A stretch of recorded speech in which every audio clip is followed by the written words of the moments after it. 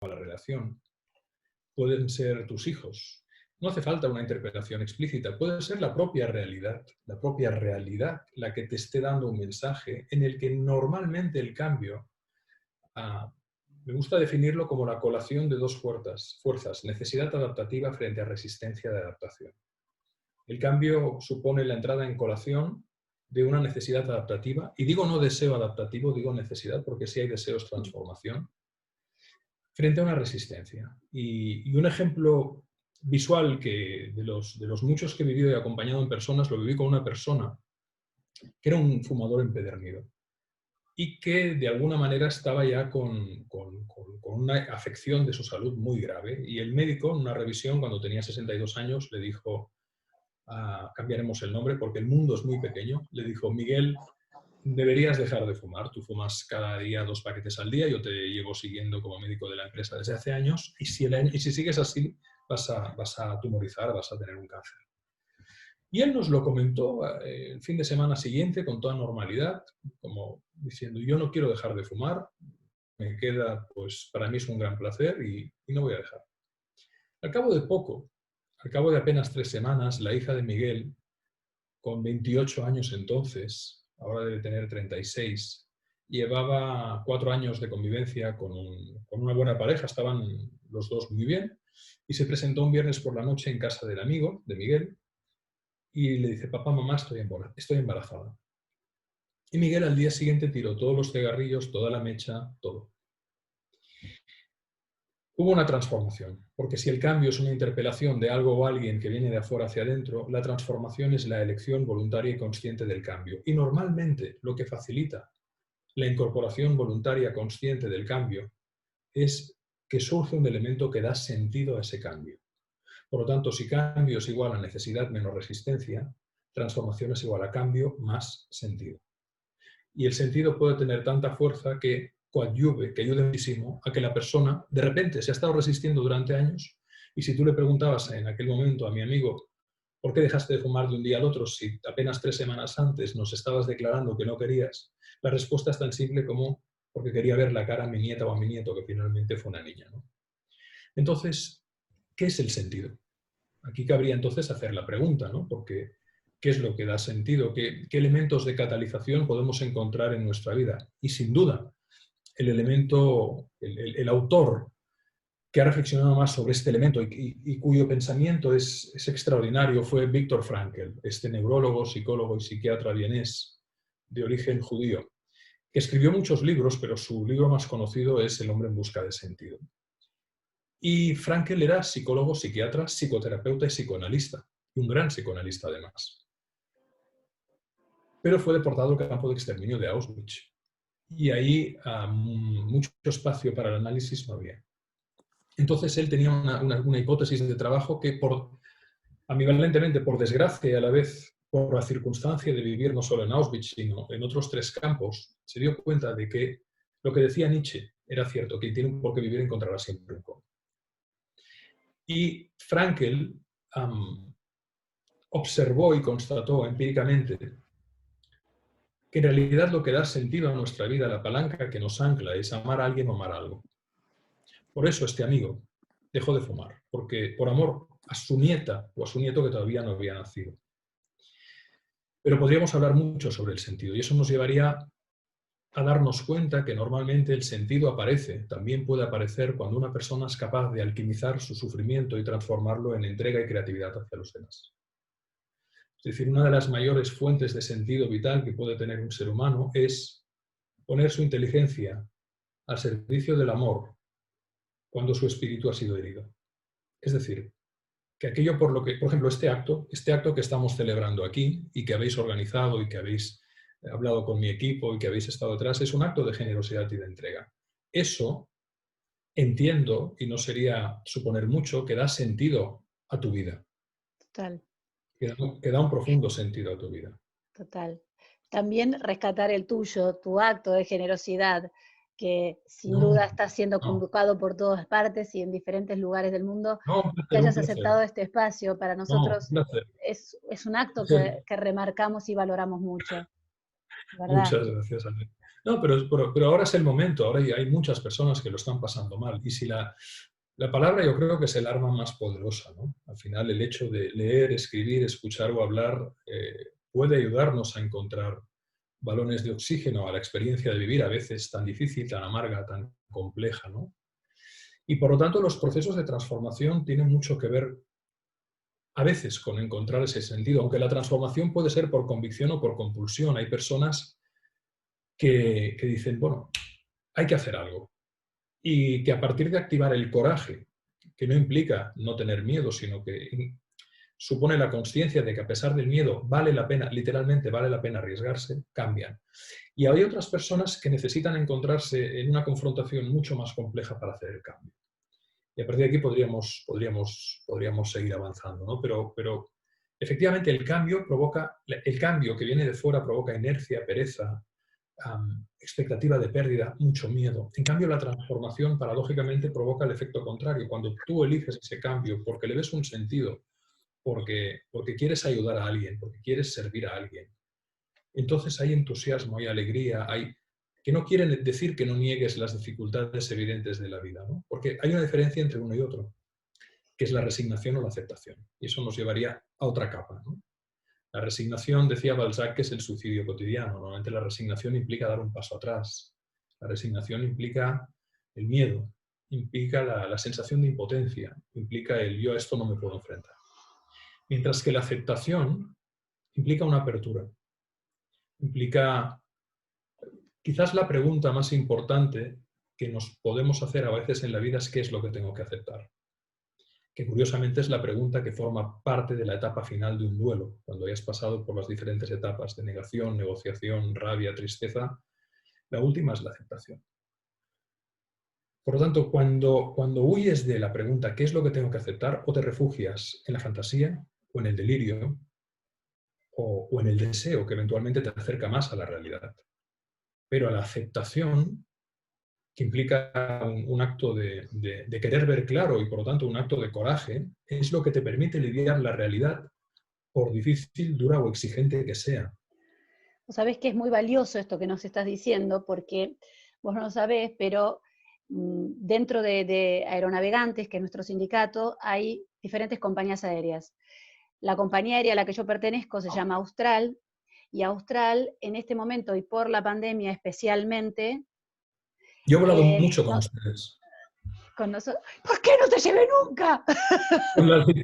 Con las diferentes compañías y la verdad es que... Yo lo sé. Sé que has volado mucho, casi más que un tripulante. Pero no, a nosotros nos pasa que hoy estamos desapareciendo. Austral desaparece y es fusionada, absorbida por Aerolíneas Argentinas. Y nos encontramos en este dilema del que estás hablando, que tiene que ver con la resignación o la aceptación. ¿Dónde nos paramos para sobrellevar el duelo que estamos transitando muchos de nosotros con la pérdida de nuestra compañía, la pérdida de nuestra identidad, para aceptar una nueva identidad? Pero ¿dónde nos paramos? Porque algunos tenemos la posibilidad de transformarnos rápidamente en función de las necesidades, como decías antes, pero a otras personas les cuesta mucho más. Yo tengo compañeros que están sufriendo mucho por esta situación, están sufriendo mucho por esta pérdida de identidad, de empresa, de cultura organizacional. Y entonces, esto que marcabas, ¿no? De tener el coraje para aceptar lo que está sucediendo, y no porque uno deje de ver lo que pasa, va a dejar de suceder o va a suceder menos, pero sí aceptar que estos cambios a veces pueden ser para un mayor bien, encontrar un mejor lugar donde pararnos.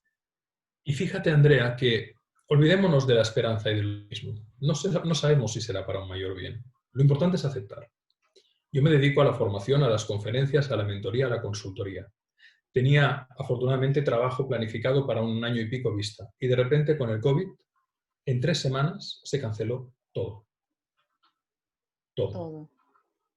Todo quiere decir que yo no tengo un sueldo, que yo no tengo ingresos, que no tengo expectativa de ingresos, que la hipoteca sigue, que las escuelas de mis hijos siguen, que la alacena hay que llenarla. Yo ayudo a mi madre porque la pensión no le llega, ayudo a mi hermana divorciada porque la pensión no le llega.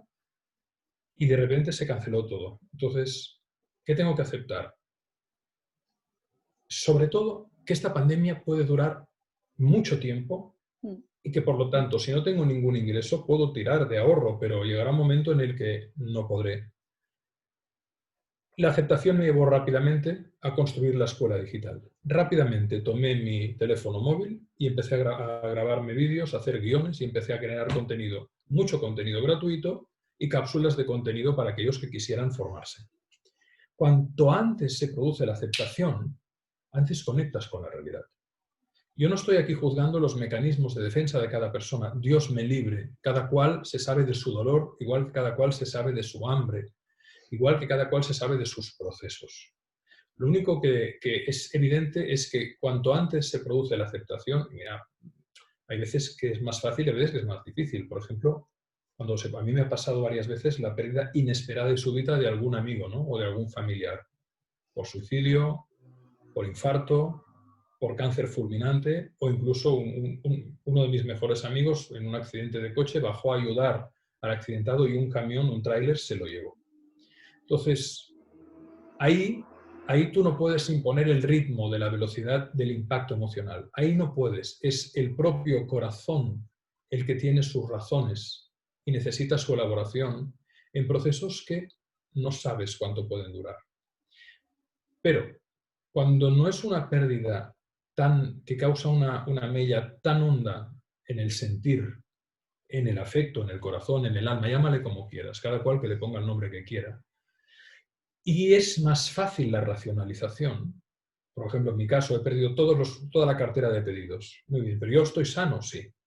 ¿Puedo seguir trabajando? Sí.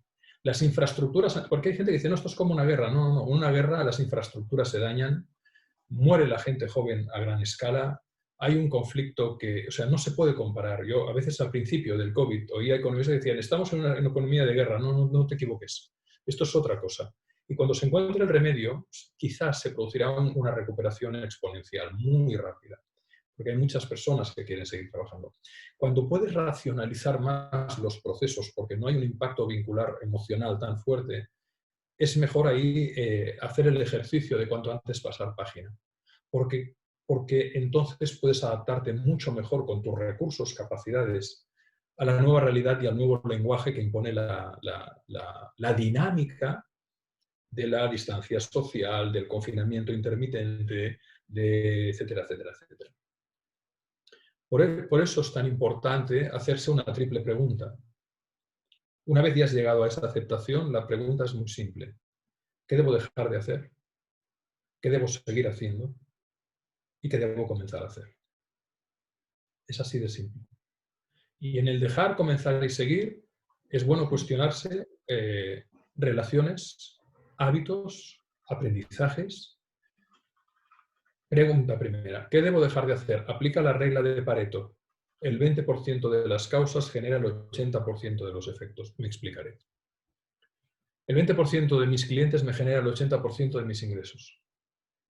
Puede ser, Pareto lo podemos mover de un 10 a un 30. Es decir, una minoría de causas genera una mayoría de efectos. 10, 90, 20, 80, 30, 70. Por ahí se mueve. El 20% de la ropa que tenéis os la ponéis el 80% de veces. El 20% de los amigos que tenéis generan el impacto emocional nutritivo de vuestra vida. Y al revés, el 80% de las relaciones que tenéis os aportan solo un 20% de nutrición. Y esta regla, curiosamente, es como la proporción áurea o el número phi. Se mantiene constante en muchísimos análisis transversales. Por lo tanto, cuando te haces la pregunta ¿qué debería dejar de hacer?, mantén aquello, eventualmente, que te aporta mucho valor con poco esfuerzo. Claro. Segunda pregunta, ¿qué debo continuar haciendo? Y aquí podríamos apelar a una teoría muy interesante de la psicología social, que es la teoría de las ventanas rotas de Philip Zimbardo. Zimbardo observó que cuando había una ventana rota en una ciudad, en una calle, al cabo de pocos días, el edificio o el coche que tenía la ventana rota era desvalijado y destrozado. Es decir, la ventana rota estaba emitiendo un mensaje. Aquí nadie cuida esto, pueden meter mano. ¿Qué es una ventana rota? Un parque infantil en tu ciudad o municipio y de repente unos gamberros grandullones van y rompen los columpios, los toboganes, etc. Y el municipio no lo repara inmediatamente. invariablemente esa zona de juegos infantiles se convierte en la zona de tráfico de drogas nocturna de la ciudad. Porque como nadie lo ha reparado, los que viven en la ocultación dicen, aquí no prestan atención. Entonces, una ventana rota no solo es física, una ventana rota puede ser emocional. Es decir, no pedir perdón cuando se tenía que pedir o no acercarse a alguien que quieres acercarte. Cuando antes reparas las ventanas rotas, antes se reconstruye sistémicamente todo el entorno que estaba averiado. Si tú tienes un avión que tiene una pequeña avería en lo que sería, pues, por ejemplo, la zona de pasajeros, ¿no? Y no la reparas, verás que los propios pasajeros irán tirando del hilo de esa tela del asiento que está deshilachado inconscientemente. Y se acelera el proceso destructivo. Por lo tanto, ¿qué debo dejar de hacer? Lo que no me aporta valor. ¿Qué debo seguir haciendo? Lo que me aporta valor y además reparar urgentemente mis ventanas rotas emocionales, intelectuales, relacionales, etc. ¿Y qué debo comenzar a hacer? Pues, y con esto acabo esta reflexión, me gusta pensar que el destino es aquello que seguro que te pasa si no haces nada para evitarlo, por lo menos. Por lo tanto, haz aquello que no te lleve a un destino fatal.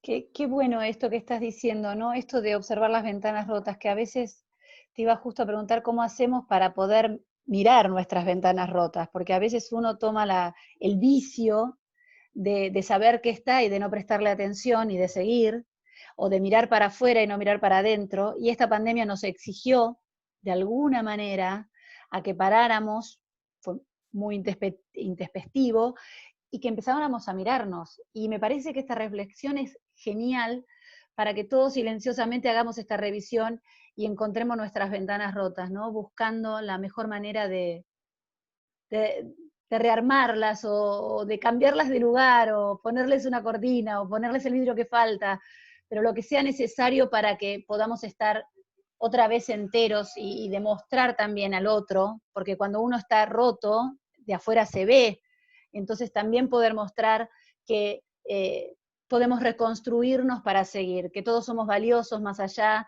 y en este caso lo llevo dentro de nuestra empresa, de pertenecer a una compañía o a la otra, de estar activo o estar jubilado, todos somos valiosos dentro de un círculo o dentro de un espacio y que la mejor manera también de acompañarnos es revisándonos. Completamente. Completamente. Y además, en realidad uno sabe de las ventanas rotas que tiene porque son unidades de atención permanente que no le dejan dormir, que están ahí, que van y vienen. En la medida en que esos esos ruidos ruidos constantes. que además se sitúan en el cerebro límbico, en el cerebro emocional, ni en el reptiliano Claro. ni en el neocortical, se quedan en lo emocional, te despiertan a las 3 de la madrugada sobresaltado, están ahí constantemente, ¿no? En la medida en que tú vas reparando esas ventanas, si son reparables, porque hay momentos en la vida en los que puede costar más repararlas y hay que dejar que... Pero en la medida que los concientizas, repararlo. De hecho, y esto lo ligamos con otra cosa, ¿no? En primer lugar, yo creo que lo que estamos viviendo es una meditación con los ojos abiertos. Es decir, la vida nos brinda la oportunidad de situarnos en un estado reflexivo que pocas personas por vocación tienen. Y entonces eso puede provocar dos reacciones, la acción de la ansiedad y de la angustia y de las adicciones, o la acción de un cambio radical. Literalmente, en términos arquetípicos, estamos viviendo un plutonazo. Es decir, aquellos que les guste la astrología y los arquetipos del inconsciente colectivo, estamos viviendo, y literalmente lo estamos viviendo, es decir, un plutonazo, una regeneración total, una destrucción para una eventual regeneración. Se abre una puerta de posibilidad, ¿no? Y eso por un lado. Y por otro lado, cuando tú, a ver, la realidad no se transforma de afuera hacia adentro, se transforma de dentro hacia afuera. Por eso Proust escribió, aunque nada cambie, si yo cambio, todo cambia. En realidad, el cambio de tu posición existencial, de como dice el dicho, ¿no? Ten cuidado como mires el mundo, porque el mundo será como lo mires, ¿no? Y no estoy haciendo una proclama de ingenuidad y no estoy diciendo el discurso fácil y barato de alguna autoayuda que dice tú podrás lograr lo que quieras y lo deseas. No es verdad, eso es mentira. Pero En situaciones críticas, crisis, crisálida, crisol, crítica, criterio, criba, Cristo, todo viene del sánscrito, el prefijo kri, que quiere decir creatividad y acción positiva. De ahí sale la voz Krishna, que quiere decir Dios.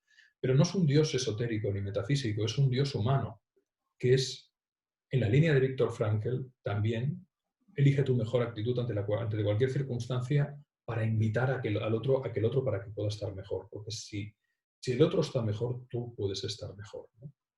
Y en ese ejercicio, de aunque nada cambie, si uno cambia, todo cambia, pueden operar procesos de reacción sistémica en cadena que precisamente tienen que ver mucho con los procesos de transformación o de cambio cultural. Al final hablabas de la cultura antes. ¿Qué es la cultura? ¿Qué es la cultura? Es lo que la gente hace cuando nadie les ve. Eso es la cultura. La cultura es eso. La cultura es cuando tú vas por el bosque y ves un papel que tiró otro y te lo metes en el bolsillo. O cuando vas por la playa y ves a alguien que dejó la lata y tú la recoges y la llevas a tu bolsa para luego tirar la papelera. Y la incultura o la cultura destructiva es el que tiró el papel y el que tiró la lata. Entonces, en estos momentos es cuando se ve si la calidad del alma crea la calidad de la materia. Porque es evidente que la miseria moral engendra la miseria económica. Y al revés, solo desde los valores de acción, que cuando los valores se accionan y se convierten en hábitos, el coraje, la responsabilidad, el propósito, la humildad, la entrega, devienen virtudes. Y entonces, ¿con quién queremos estar? ¿Con quién queremos estar en la tripulación? ¿Con alguien responsable o irresponsable? ¿Con alguien amable o desagradable? ¿Con alguien humilde o arrogante? ¿Con alguien amable o desagradable? Todos apuntaremos a algo, que seamos masoquistas, a la dimensión de la consciencia elevada, en la que el pequeño yo tiende a fenecer y da lugar a un nosotros, porque ahí es donde se satisfacen los síntomas de nuestro ADN emocional y espiritual. Entonces, lo importante es, quizás, yendo a lo práctico, hacerse la pregunta, ¿qué puedo hacer, por pequeño que sea, para transformar la realidad que tengo aquí ahora? Porque al final, los pequeños hábitos son atómicos, es decir, un incremento de un 1% diario en su acumulación exponencial te lleva a una mejora del 3000 y pico por ciento en un año. Es exponencial, porque Claro. un 1% cada día, mientras que al revés, si tú te dejas un 1% cada día, por poner una cifra, esto es una metáfora obviamente, ¿no? Esta es una función logarítmica que te llevará a cero en un año prácticamente. No llegarás a cero porque es una logarítmica marginal, pero en cualquier caso es ¿qué puedo hacer por pequeño que sea? Porque fíjate, las grandes transformaciones de la vida no vienen por varitas mágicas ni por pelotazos. Incluso la gente a la que le toca la lotería, si no tiene cultura de ahorro, lo pierde todo en menos de 2 años. Es lo pequeño que sumado constantemente te lleva a concientizar nuevas maneras de relacionarte contigo mismo, con los demás y con el mundo, que te llevan acumulativamente a un cambio radical. Quien espere ponerse fuerte yendo al gimnasio 3 semanas es un ingenuo. Quien espere dominar un idioma yendo a la academia 2 meses es un ingenuo, salvo que sea una persona con superdotación para los idiomas. Pero en realidad, una de las cosas que hay que aceptar genéricamente es que la transformación lleva su tiempo. Una buena paella necesita 20 minutos. Y así en todo. Es que el tiempo es una clave fundamental. Y a la vez está tan marcado dentro de las cabezas de las personas, de todos nosotros, ¿no? Que en tanto tiempo hay que estudiar, en tanto tiempo hay que hacer esto, en tanto tiempo, antes hasta en tal tiempo hay que ser madre, a tal tiempo. El tiempo juega un papel tremendo en nuestra vida. Cronos es muy peligroso, porque fíjate que para definir el tiempo los griegos tenían varias palabras. Es decir, nos sentimos esclavos de Cronos, de Saturno, el dios del tiempo medible, cuantificado. Ahora son en España las 19:33 y llevamos 33 minutos de conversación. El Cronos marca la agenda, pero hay un concepto que hemos olvidado y que hay que recuperar, que es Kairos. Kairos es el tiempo cualitativo, es la cualidad del instante. Es el momento de la belleza, el momento de la epifanía, el momento de la revelación, el instante poético. Y la construcción del Kairos, Cronos viene dado por los condicionamientos del espacio y del tiempo y por las leyes de la física. Pero Kairos es una elección. Es decir, Este mismo minuto podría ser un espacio de discusión y de pelea entre tú y yo, o puede ser un espacio de reflexión compartida, de diálogo mayéutico, de revelación, que personalmente a mí a lo mejor me decís algo que me genera un impacto que puede prevalecer para el resto de la vida. Y entonces la pregunta es, ¿qué podemos hacer para dotar de un kairos la mayor parte del cronos posible? Y entonces ahí vamos a parar a la voluntad de servir, a la voluntad de amar. Porque además la sabiduría no es el resultado de la inteligencia, es el resultado de la reflexión. Hay gente inteligente que no es sabia. En cambio, hay personas Claro, que analfabetas que no han tenido el privilegio de ir a la escuela que son sabios. ¿Por qué? Porque nutren su tiempo de kairos. el valor en el tiempo, ¿no? El valor con las emociones en el medio, darle sentido. Y retomando lo que hablabas antes del poder de la palabra, ¿no? Que en ese breve tiempo o extenso, independiente de lo que dure ese espacio, independientemente del tiempo que dure ese espacio, el poder que tiene la palabra. A veces una sola palabra transforma todo y es un disparador absoluto para sanar ventanas rotas, para abrir mundos nuevos, para generarle al otro esperanza, optimismo, confianza en uno mismo. Digo, tomar Absolutamente. esto que vos decís, darle sentido a ese tiempo en el que estamos, sumarlo con esto del poder de la palabra, de qué uso hacemos de nuestra palabra, ¿no? Y qué fundamento le damos y cuánto hay de emoción en lo que decimos para darle validez a esa palabra. Incluso, Andrea, la presencia silente. La presencia silente, la cura analítica se produce por la presencia silente del analista que permite que la persona vacíe todo aquello que lleva dentro sin sentirse juzgado ni amenazado, sin proyección. Es decir, igual que la palabra, lo que subyace a la sanación es la intención. Porque igual que se pueden expresar Sí. y generar buenas negociaciones, buenos diálogos, buenas escuchas, también la presencia silente puede generar en un momento un espacio de revelación, de apertura, de iluminación. Depende de la disposición de aquel o de aquella que te acompaña, del permiso Del permiso. inconsciente que te transmite, porque nada sucede sin el acuerdo de los inconscientes. Absolutamente, sí. ¿Qué permiso nos damos? Eso es para abrir también como un debate interno, ¿no? ¿Qué permiso nos damos para aceptar estos cambios, para aceptar esta fusión que nos toca? ¿Qué permiso nos damos para reconocernos y validarnos?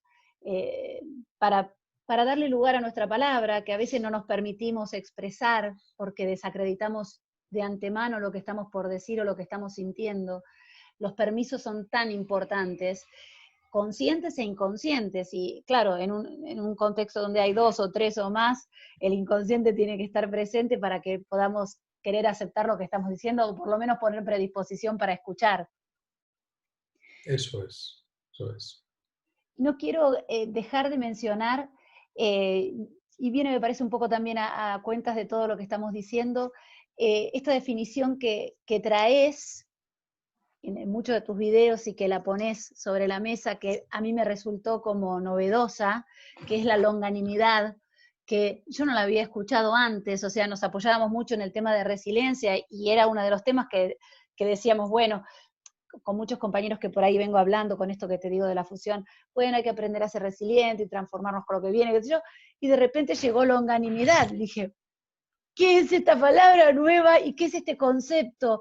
Y me encantaría que lo puedan escuchar de tu boca, porque es un concepto tremendamente amplio y rico, muy rico. No sé si el resto lo conocía, lo había Sí, escuchado antes, pero esta es la la, mejor boca para escucharlo. no, gracias, Andrea. Es muy simple en realidad. La palabra longanimidad es una virtud, viene del latín longa anima, alma extensa. Es un sinónimo de magnanimidad, magna anima, longa anima. Lo que pasa es que curiosamente ha caído, yo tengo un diccionario etimológico muy interesante que te dice más o menos en qué año se dejó de utilizar una voz. Y longanimidad se dejó de utilizar a finales del siglo XIX. Lo cual es sintomático, porque Longanimidad, literalmente la primera definición del Diccionario de la Real Academia de la Lengua, si la memoria no me falla, dice exactamente sí. Grandeza y constancia de ánimo ante las adversidades. Grandeza y constancia de ánimo ante las adversidades. Y la segunda definición es maravillosa, son solo 3 palabras. Benignidad, clemencia, generosidad. Entonces, la palabra resiliencia la puso en boga Boris Cyrulnik en su libro Los patitos feos, este psicoanalista francés que estuvo de niño en Auschwitz también. Se dio cuenta de que el impacto de una persona en tu vida, una persona que realmente confíe en ti, que propicie un cierto efecto Pigmalión, mirada apreciativa, que te diga, tú vales, tú eres valioso, tú eres valiosa, yo te amo, yo te respeto, tú puedes hacer.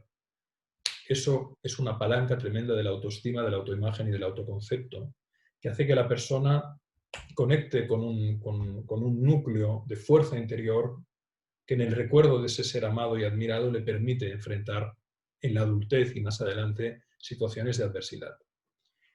La palabra resiliencia viene del inglés y hace referencia a 2 cosas. A la capacidad, estoy buscando algún elemento, mira, por ejemplo, la correa de mi reloj, la capacidad que tienen algunos cuerpos de recuperar su forma original tras haber sido sometidos a presión. Esto es resiliente. Yo lo doblo, lo fuerzo y podría estar así 100 veces. Esto es resiliencia. Y la resiliencia también es el remanente energético que queda en un circuito eléctrico una vez ha sido apagado, en el que, por ejemplo, ahora en las luces de LED actuales tú ves que a veces conmutas y siguen emitiendo cierta luminiscencia parpadeante durante unos minutos. Eso es resiliencia. Y ese concepto de origen anglosajón, resilience, lo autorizó Boris Cyrulnik para significar la energía interior que tendría, por metáfora, por analogía, una persona para tirar adelante en situaciones de dificultad o de adversidad. Pero la resiliencia sostenida en el tiempo, y esta es una interpretación propia, es la longanimidad, la alma grande. Pero analicemos, ¿por qué una persona tiene esa fuerza interior que le permite, que de hecho forma parte, de, si quieres, del mito, ¿no? Es decir, los mitos son personas con una enorme longanimidad. Son personas como Gandhi, como Luther King, como Mandela, como tantas mujeres y hombres conocidas o no conocidas, que han superado constantemente, ¿no? Como decía Mandela, soy el capitán de mi alma, soy el dueño de mi destino, ¿no? Y se lo decía como un mantra mientras lo tenían preso y picando piedra. ¿Por qué? Y volvemos a lo que hemos comenzado nuestra conversación. Vamos relacionando conceptos, ¿no? Cambio, transformación, necesidad, resistencia, cambio, sentido. ¿Por qué una persona tiene esa fuerza interior imbatible? Yo creo que todos hemos conocido a alguien, o a lo mejor hemos tenido el privilegio de tener en nuestra estirpe alguna mujer o algún hombre que dices, wow, esta persona es admirable, era una persona bondadosa, era una persona generosa, era una persona dulce, era una persona tierna, era una persona que no se tomaba nada personalmente, incluso cuando le ofendían, no es que pusiera la otra mejilla, pero que de alguna manera con una palabra podía desarmar al otro con su ironía o con su asertividad, pero sin dejar rastro de nada egoico detrás, ¿no?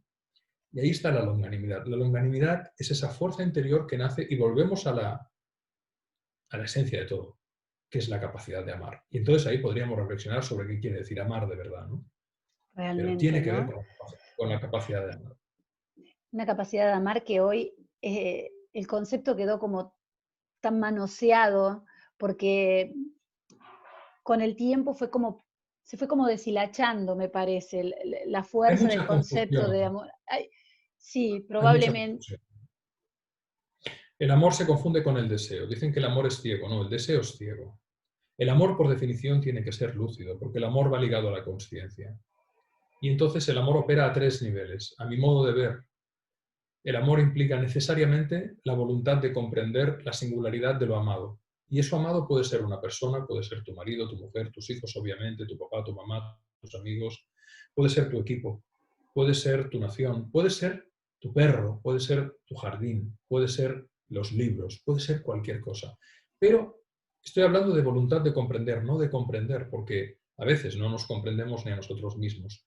Pero lo que sin duda le significa al otro, que hay un acto de amor legítimo y sincero, es la voluntad de comprenderlo. Y ahí está, de hecho, la gran fuerza de la terapia bien entendida, que la persona se siente sostenida por alguien que finalmente en su viaje vital tiene la voluntad de comprenderle.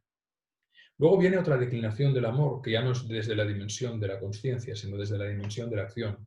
Amar es cuidar, y el resto son palabras, es decir, no tiene sentido proclamar, vosotras en este acto que habéis preparado, estáis cuidando, tenéis la voluntad de cuidar. No tendríais por qué hacerlo, podríais estar haciendo una hora de yoga o tomándoos un zumo natural en casa o un té o estando leyendo un libro de los muchos y maravillosos libros que hay en el mundo o ver un vídeo de YouTube. No, dedicáis tiempo, recursos, movéis agendas, me consta que lo has trabajado muchísimo para poder encajar este encuentro porque yo tenía un problema de agenda en la primera fecha que pusimos por un tema personal, etc.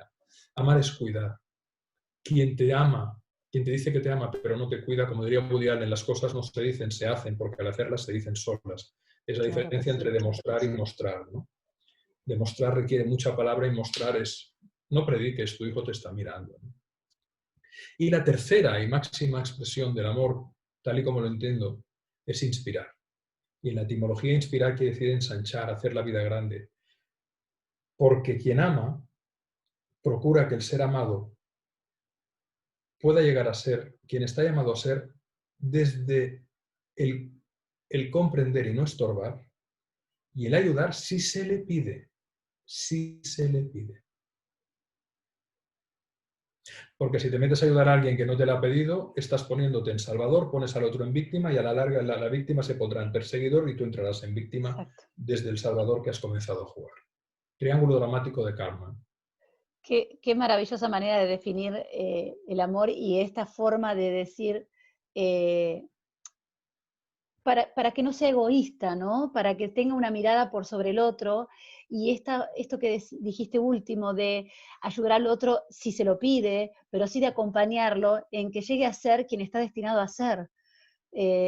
Facilitarle el camino o dejarlo ir por donde lo hace feliz sin estorbar, correr los egoísmos, las envidias que a veces surgen también dentro de la pareja, no solo en la pareja, porque el amor, como dijiste, está en diferentes lugares, donde lo querramos Claro, poner, en un equipo de trabajo, en una familia entera, sí, con la pareja, con los hijos, con los amigos, tener ese acto generoso de estoy acá si me necesitas, te dejo fluir por donde te gusta ir, aunque a mí a lo mejor no me haga sentir tan bien, valorar al otro y darle el espacio que necesita. Me parece que esto es una de las cosas que más se necesita resaltar, ¿no? Darle al otro el espacio, el lugar que necesita, el permiso para ser, para desarrollarse, para evolucionar y acompañar con amorosidad sin juzgar. Esta es una de las características que me parece que se fueron como perdiendo, y por eso decía antes de que el amor está como deshilachado. Hoy se juegan tantas cosas en el medio, se es tan artificial, tan para afuera, que me parece que eso ha desgastado un poco el concepto del amor. Por eso me gusta que lo remarques como lo haces, porque creo que nos abre a todos la posibilidad de repensar nuestra manera de amar y de relacionarnos con esas personas que amamos en el ámbito que sea. Quiero leer lo que te escriben, que merecen todos también. Por favor, escriban lo que quieran, hasta la medida que podamos lo vamos a leer. El hecho de compartir este acto, dice Norberto, es valorar el conocimiento y en la vida. Gracias, Alex. Qué interesante todo lo que dice Mariana. Wow, cuántos conceptos interesantes, dice Ivana. Mirta, en proceso de reparar ventanas rotas, valiosos y únicos. Gisela, la aceptación nos invita a adaptarnos a la realidad y eso es la inteligencia. La intención, maravilloso. la intencionalidad de los actos y las palabras expande el amor. Sin duda. Claudio, muy buenas tardes, estimado Alex, es un lujo escucharlo. Si hay tiempo, Muchas nos gracias. podrá regalar su hermoso libro, Cuentos para quererte mejor. Ay, sí, Cuentos para quererte mejor, que es para uno, para los hijos, para regalar. Es hermoso. Cuentos para quererte mejor, el relato Muchas cielo o gracias. infierno, que Muchas gracias. creo hoy casi estamos viviendo eso, decía Claudio. Muchas gracias. Gracias, Alex, un placer escucharte y descubrirte, dice María. Gracias, Alex y Muchas gracias. Aeronavegantes. Mil gracias por tu tiempo, un gusto conocerte, Alex. Y un abrazo enorme de una jubilada de aerolíneas para la gente de Australia. Gracias, Susana. Bueno, estos son algunos de los mensajes que están escribiendo, que quería que los recibas porque merecen también su espacio para ser leídos. Qué maravilla, son muy amables, muy emotivos. Muchas gracias. Alex, tenés el don de la palabra. Gracias, Alex. Gracias, Andrea. Gracias. Sí, tiene el don de la palabra, absolutamente. Muchas gracias. Absolutamente. Muchas gracias. Yo no quiero dejarte ir sin que nos cuentes sobre tu curso que estás haciendo, que está online, que se puede repetir en diferentes maneras, que hay muchas oportunidades de poder acercarse a ese curso y que hay un montón de videos que habla sobre crear la buena suerte y creerle en ella también, ¿no? Y diferenciar, porque yo estuve escuchando muchos de los cuentos que tiene este trabajo hermoso, y que hay algunos que me gustan mucho más que otros, son tremendos, pero esto de diferenciar lo que es la suerte de la buena suerte, ¿no? El componente que uno tiene que poner para que, como dijiste hace un rato, alguien gana la lotería, pero por ahí lo pierde en un año. Hay un componente más, la suerte sola no alcanza. Efectivamente. Bueno, antes de hablar de la escuela, decir que también cada semana procuro compartir tanto artículos en la página web alexrovira.com, como el podcast, como en vídeo, es decir, generar aquello. Aquí detrás hay unos cuantos libros y en la casa también hay muchos, y a mí estas entidades, estas almas, me han salvado la vida literalmente. Entonces, a veces un fragmento de un poema, a veces un ensayo, a veces un relato, puede abrir una ventana de esperanza extraordinaria, y me gusta divulgar herramientas, autoras, autores, conceptos que sean útiles, y por lo tanto no hace falta comprar ningún curso para tener acceso a mucho contenido gratuito. Lo que sí es cierto, y como te decía, debido a la pandemia puse en marcha una escuela digital el día del libro, el 23 de abril, y a fecha de hoy he lanzado 3 cursos. Uno se llama Crea tu buena suerte, otro Crea tus buenas relaciones, y esta semana ha salido Crea y logra tus objetivos y metas.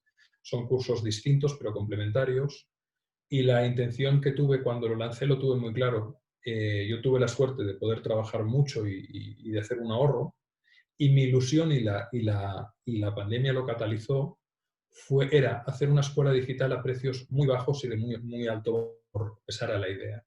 Y la verdad es que ha funcionado muy bien. Ya tenemos miles de alumnas y alumnos de todo el mundo. Y eso te da derecho, cuando adquieres un curso, esta semana hay uno mismo que, como te decía, que ha salido, a que nos encontremos 2 veces al mes, 1 hora y media. Mira, aquí tengo las preguntas de mañana, que lanzan alumnas y alumnos de todo el mundo, y que en 1 hora y media, 2 horas, pues vamos dialogando y respondiendo las preguntas más frecuentes sobre la vida. Lo que surja: el duelo, la amistad, la pareja, el emprendimiento, la transformación, el liderazgo, y es apasionante. Y es apasionante. Entonces, poder generar espacios de intimidad, de encuentro, de calidez, bueno, eso para mí, claro, para mí esto no es trabajo. Y lo que me ha costado a lo mejor 14 años de psicoanálisis y mucho dinero invertido para llegar a lo mejor a 2 o 3... Lo estoy resumiendo mal, por cierto, mi analista era argentino y era extraordinario, el doctor Miguel Díaz, ¿no? Pero cuando uno encuentra un tesoro y tiene amigos, lo que quiere es compartir el tesoro, ¿no? Cuando tú encuentras una fuente que tiene un manantial que da agua y se vierte, y tienes amigos que sabes que tienes, es decir, chicos, ahí está la fuente, ¿no? Y por lo tanto hay un tema vocacional, hay un tema muy, muy vocacional, que es lo que nos trae aquí. Y no quiero hablar mucho de la escuela, sinceramente. Supongo que Miguel te dijo que me preguntaras por la No, escuela, porque... no me dijo nada, no. Porque lo hizo con muy buena intención, porque él No. dice: Alex, tú no te vendes. Digo, pero es que da igual, o sea, da igual. Somos marionetas divinas. Al final nosotros no hacemos nada, somos hechos. No me dijo nada absolutamente, esto es cosa mía, que me interesa que la gente, sí, te lo juro, que me interesa que la gente te escuche, que te conozca.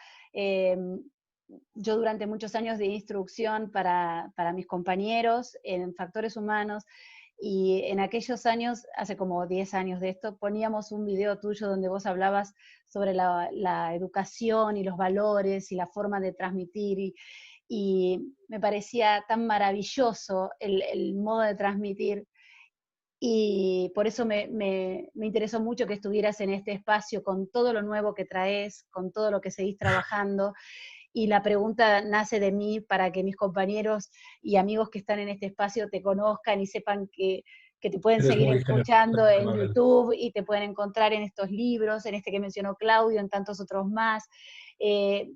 Y no me dijo nada Miguel, no. Muchas gracias. Muchas gracias. Para nada, Eres muy- para nada. No sé si quieren preguntar algo más, estamos a 7 minutos de que se nos termine el tiempo. Ha sido un placer poder escucharte, dice Alberto, con atención tu exposición, tanto como haber escuchado una hermosa ópera acompañada de una copa de un delicioso vino.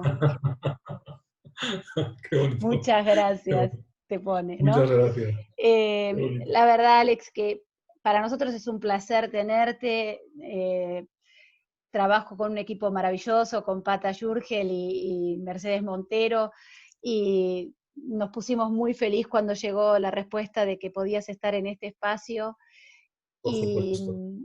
la verdad que te queremos agradecer tu tiempo, tu generosidad, tu longanimidad, los conceptos que pudiste vertir hoy. Igualmente. Y yo estoy tratando de parecer correcta y no me está saliendo nada, pero la gente que está acá, muchos ya me conocen, estoy como desbordada, se me escapa, es como si tuviera en este momento 15 manos alrededor de mí, batiéndose Como por Shiva. tener... Como Shiva en Sí, igual, personaje. tremendo. Soy Octopus, por tenerte acá. Me Ha siento muy sido, feliz, ha sido infinitamente agradecida de que aceptaras estar hoy acá con nosotros. Gracias, es un para serviros. placer enorme haberte escuchado. Te dan las gracias, te La siguen verdad que escribiendo. Habla vos, Gracias, Pata. Andrea. Gracias, Tata. Gracias, Mercedes. Gracias a todos no, por... gracias a ti, Alex, la verdad que aplaudo este tiempo que nos regalaste a todos, de verdad. Ha sido un placer. Muchísimas gracias. Y si Muchas gracias. más adelante, siempre, lo único que hay que planificarlo con un poco de Con tiempo, tiempo. pero si más adelante queréis que tengamos otra conversación porque el contexto y las personas lo merecen y puede ser útil, será un placer. Es hablar Ya con viejos amigos que todavía no se conocen. ya te digo que sí, Ahí por está escribiendo. supuesto. Todos te Lo pueden. coordinamos con mucho tiempo. Muchísimas gracias, Alex, de verdad. Un gran Muchas gracias. abrazo, un gran Y a abrazo todos. Andrea, Pato, Mercedes, y a todas y a todos. Bendiciones a mi amadísima Argentina, que amo profundamente su país. Gracias.